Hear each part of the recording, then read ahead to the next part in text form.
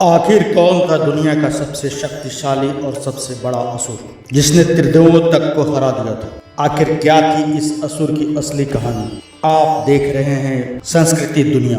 Video में आगे बढ़ने से पहले हमारे चैनल को सब्सक्राइब अवश्य करें और बेल आइकन जरूर दबाएं। साथ ही कमेंट बॉक्स में जय श्री राम जय श्री कृष्ण अवश्य लिखिएगा। चलिए अब करते हैं ज्ञान की बात। सनातन धर्म के ग्रंथों में अनेक भयंकर राक्षसों का जिक्र हुआ है। ये राक्षस मूवी या वेब सीरीज में दिखाए जाने वाले विलेन और राक्षसों से कई गुना भयंकर है। और ये राक्षस मनुष्य ही नहीं बल्कि देवताओं तक धूल चटाने की ताकत रखते हैं। और आज के इस खास वीडियो में हम लेकर आए हैं एक ऐसे ही राक्षस की दास्तान जिसने स्वयं त्रिदेव तक को हरा दिया था और इंद्र का शासन छीन लिया था, जिसके चलने पर समस्त दुनिया कांपती थी।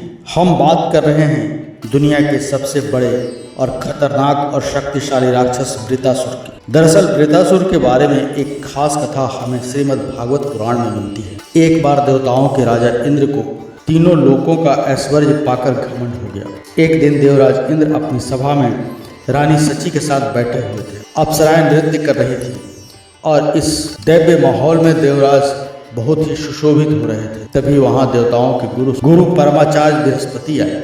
उनको देवता असुर सभी ने नमस्कार किया, लेकिन इंद्र घमंड में ना तो खड़े हुए न ही उनको कोई आसन प्रदान किया। त्रिकालदर्शी गुरु बृहस्पति ने देखा कि यह सब इंद्र ने ऐश्वर्य के नशे में अंधा होने के कारण किया है। गुरु बृहस्पति नाराज होकर चले गए। बाद में इंद्र को बहुत खेद हुआ, लेकिन तब तक गुरु बृहस्पति योग शक्ति से अंतर्ध्यान हो चुके थे। गुरु बृहस्पति के नाराज होने की बात जब असुरों को पता चली तो उन्होंने अपने गुरु शुक्राचार्य की सहायता से देवताओं पर आक्रमण करके स्वर्ग लोक पर कब्जा कर लिया। पराजित होने के बाद देवता ब्रह्मा जी के पास गुहार लगाने पहुंचे। ब्रह्मा जी ने कहा, इंद्र तुमने वैभव के मद में अपने ही गुरु का अपमान कर दिया है। अब तुम्हारे पास एक ही उपाय है। तुम ऋषि त्वष्टा और उनकी पत्नी राक्षसी रचना से पैदा हुए पुत्र को अपना गुरु बनाओ। ऋषि त्वष्टा और राक्षसी रचना से दो पुत्र पैदा हुए, शनिवेश और विश्वरूप। देवराज इंद्र तुम विश्वरूप को अपना गुरु बनाओ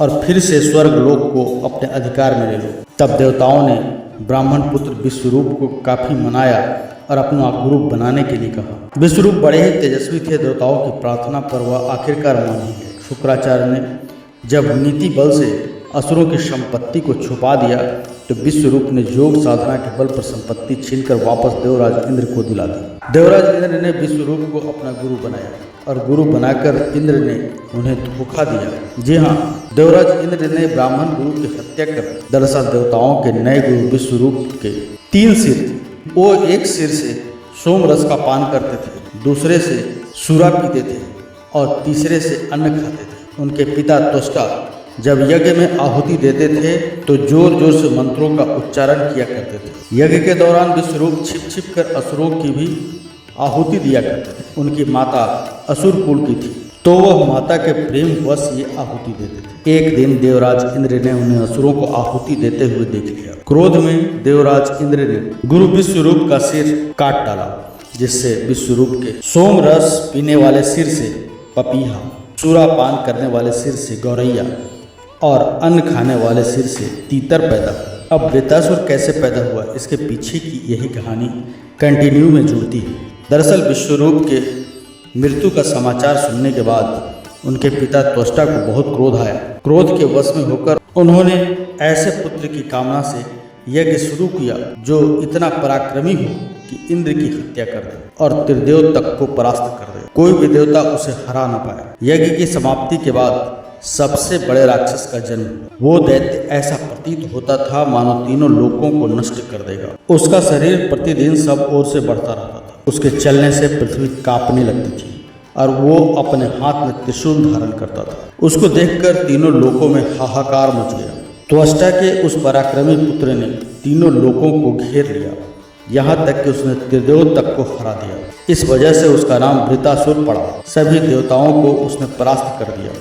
केवल इंद्र की एक गलती की वजह से सभी देवताओं के संकट की घड़ी उनके नजदीक आने लगी। जब देवताओं के राजा इंद्र त्वष्टा के यज्ञ से जन्मे राक्षस वृत्रासुर को परास्त नहीं कर सके, तब वह थक हार कर भगवान विष्णु के पास कोई उपाय सुझाने पहुंचे। सभी देवताओं की करुण पुकार सुनकर भगवान विष्णु ने देवराज को संसार के सबसे शक्तिशाली अस्त्र के निर्माण का उपाय बताया। भगवान नारायण ने कहा, वृतासुर बहुत ही खतरनाक है, उसे त्रिदेव भी परास्त नहीं कर सकते। त्रिदेव क्या, उसे समस्त जगत में कोई भी परास्त नहीं कर सकता। तुम ऋषि दधीची जी के पास उनसे उनकी अस्थियों का दान प्राप्त करो। ऋषि दधीची को ब्रह्मा का ज्ञान अश्विनी कुमारों ने दिया था।